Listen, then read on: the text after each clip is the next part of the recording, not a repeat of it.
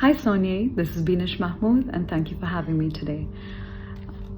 My journey as a designer and the evolution of my designs are heavily influenced by a lot of the poetic work that I grew up reading from poets from my own region like Mirza Ghalib, like Faiz Ahmed Faiz, and of course the Western poets like Keats, Lord Byron, Shelley.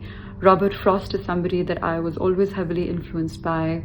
Emily Dickinson, I was in love with her work since I was a very young child.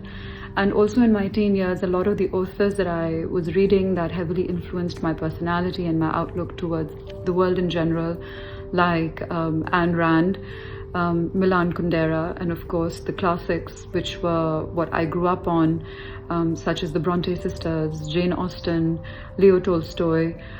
These works heavily influenced me and my painting, the poetry that I write now, and subsequently the work and my designs, which are based on the poetry and all the words that are coming from all of these influences and have shaped me to be who I am today.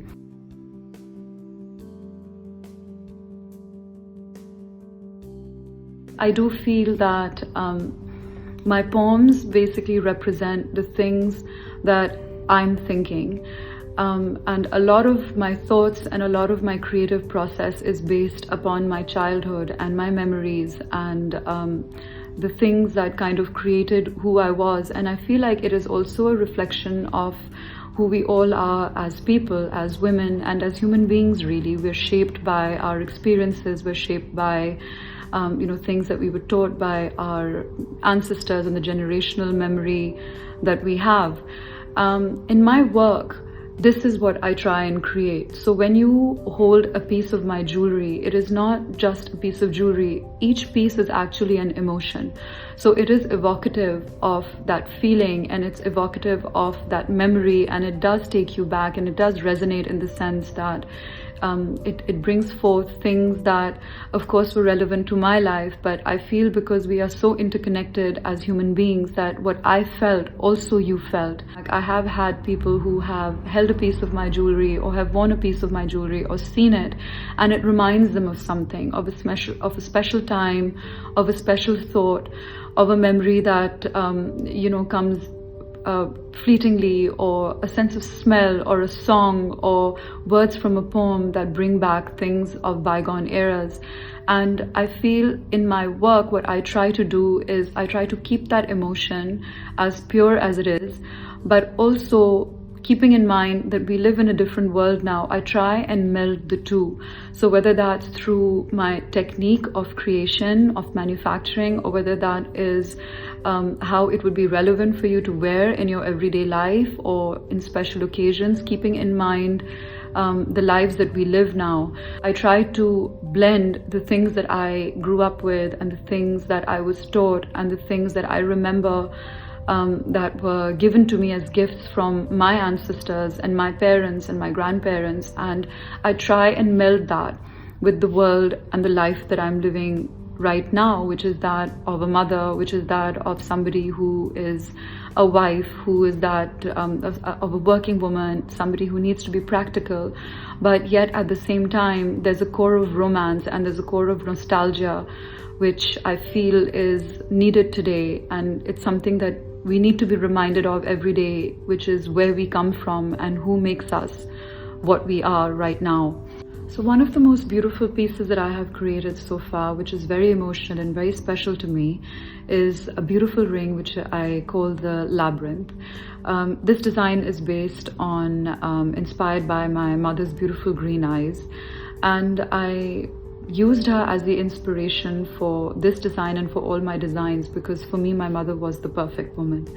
And yes, all children say that because our mothers are sacred, but I think she was perfect because she was imperfect.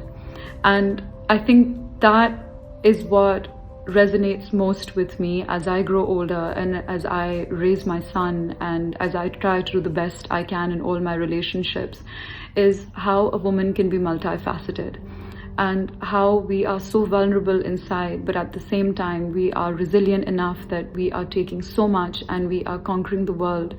But at the same time we are nurturers and we are absorbing the world around us, and yet there's this limitless well in which all of our emotions go and all of our weakness goes and all our vulnerability goes, and yet we are out there and we are facing the world and we are playing the roles and wearing the hats that we all need to. And I think this dichotomy is what I feel is the most beautiful thing about a woman, the fact that we can be hard and soft at the same time. And this is what I try to translate in my design by the elements that I have used. And the centerpiece for this design is a maze, which is what the Labyrinth is all about, with the gold bead, which is like a little game, so you can sit and you can play with it. But the essence of that is the complexity that we have and how simple we are once somebody learns to navigate us. So I feel like art and jewelry and poetry are quite interconnected, because poetry is art, and when you paint something or you make a sculpture, it's really a visual representation of the words that an artist is already thinking in their minds. And jewelry in itself is also a form of wearable sculpture, where every piece is evocative of an emotion, it's evocative of a feeling that somebody has, or a memory or a thought. And these are basically the aspects of jewelry that I create in my designs.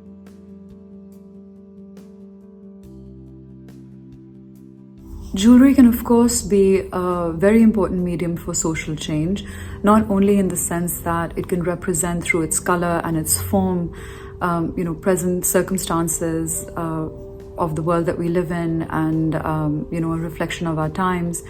For instance, I've done a piece which is a watermelon pendant, which is of course related to a subject that is so dear and so painful to all our hearts. And representative and a support of the emotions that we're feeling at this particular point, but also in terms of how we take certain things and how we incorporate them into our designs. For instance, I work with a lot of local artisans from Pakistan, and this is where my Pakistani heritage also comes in, where I use a lot of woodwork. I'm working with artisans to do elements that go into my pieces, which have marquetry, which have mosaic work and things that are so relevant to the region that I belong to. And this in turn gives them, the artisans, a feeling of accomplishment when we sit together and we create a beautiful piece, and also brings to light, all the skills that come from our particular part of the world, and, what we have to bring to the jewelry world in general. And it sustains, local markets, it sustains, artisans, it sustains art, and it sustains and brings also a very heavy influence of tradition and the generational skills that are inherited and which are taught, through lineage to these people. And I do like to incorporate those in, because I want to support those communities of artisans, and I want to support that art form. Being Pakistani is a source of immense strength for me. Pakistanis by nature are a very resilient people. We are people who take the mundane, everyday things of life, where we take our challenges and our sadness and we turn it into joy. And somehow within adversity, we still find time and we still find the beauty in life, and to create beautiful works of art. To write beautiful poetry, to have the most beautiful music. And I think this is definitely one of the things that has made me who I am, and I feel like that does resonate throughout my work, where we take small things and we make them into something larger than what it was. And I think that this metamorphosis is something that I do like to translate into my jewelry, and I feel I am successful in doing that, where you have things that don't necessarily bring joy, but somehow you turn them into something that are a source of immense happiness for you. So my time at Tiffany was full of the most amazing experience about the world of luxury retail, about how jewelry plays such an important part in people's emotions. I remember that there was this one little girl, and she was, I think, about 12 maybe, and she came with her beautiful Return to Tiffany silver bracelet, which she had broken. And she was very upset, and she didn't want it to be repaired because she said it's never going to be the same again, and she was just heartbroken. And I remember the manager at the time was nice enough that he took the bracelet back, and instead of repairing it or polishing it, he actually gave her a brand new piece, even though it was a worn piece. She'd had it for a few years. And this little girl was overjoyed, and she was crying, and she was over the moon and super emotional about it. And I remember him saying afterwards that this piece of jewelry for us is just one other piece from thousands that we sell, but for this one little girl, this was an emotion, it was a time, and it was a moment that was precious to her. And today she's 12, and she'll come and buy a silver bracelet, but for every important moment of her life, whether that is her engagement or her wedding or the birth of a child, she will always come back to Tiffany, because this memory for her is what is going to last. So that bracelet may break again, and that bracelet may get lost, but she will never forget this one moment where she was over the moon, where we did this for her. And I think that, in a nutshell, was what everything jewelry is. And I think that was a very defining moment for me, because I really realized at that point how direct that thought is that goes from a purchase to someone's heart, and how that particular memory is something that is going to keep it special. And it's not even so much about the object or the piece that you've bought, but about what you experience at that time when you buy it, or when you wear it, or when you inherit it. One of the things that I'm working towards in the future, and that I'm very excited about right now, is working with local Pakistani artisans to make beautiful pieces of art that can be incorporated into my designs. And this is something that I feel will showcase the immense wealth of knowledge and of skill that we have in our country, and will also support local industry and local artisans and local art forms.